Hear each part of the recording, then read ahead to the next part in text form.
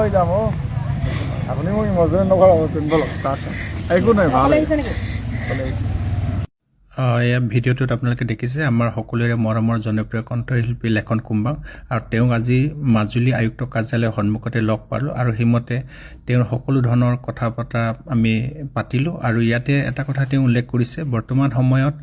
অসমৰ বিভিন্ন প্ৰান্তৰ পৰা তেওঁলৈ ফোন আহি আছে তেওঁৰ খবৰ লোৱাৰ কাৰণে কিন্তু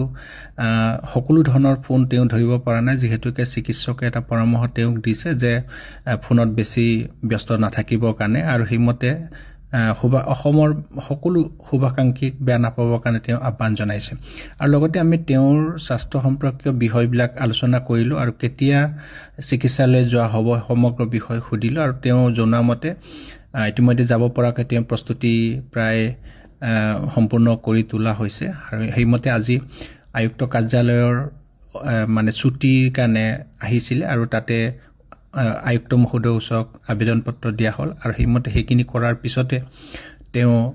এই মাহৰ শেষৰ ফালে চিকিৎসালয়লৈ যোৱাৰ কথা তেওঁ আমাক অৱগত কৰিছে আৰু এটাই কথা এই মুহূৰ্তত সকলো অসমবাসী ৰাইজৰ আশীৰ্বাদ বিচাৰিছে যাতে তেওঁ চিকিৎসা ব্যৱস্থা সুকলমে কৰিব পাৰি আৰু তেওঁ এটা কথা কৰিছে যে ৰাইজে অসমৰ ৰাইজে ইমানখিনি তেওঁক মৰম দিছে আশীৰ্বাদ কৰিছে তাৰ কাৰণে সদায় মই ৰাইজৰ ওচৰত অসমবাসীৰ ওচৰত চিৰঋণী হৈ থাকিম তাৰ কাৰণে তেওঁ এটাই এই মুহূৰ্তত ভগৱানক সকলোকে প্ৰাৰ্থনা কৰি দিবৰ কাৰণে আহ্বান জনাইছে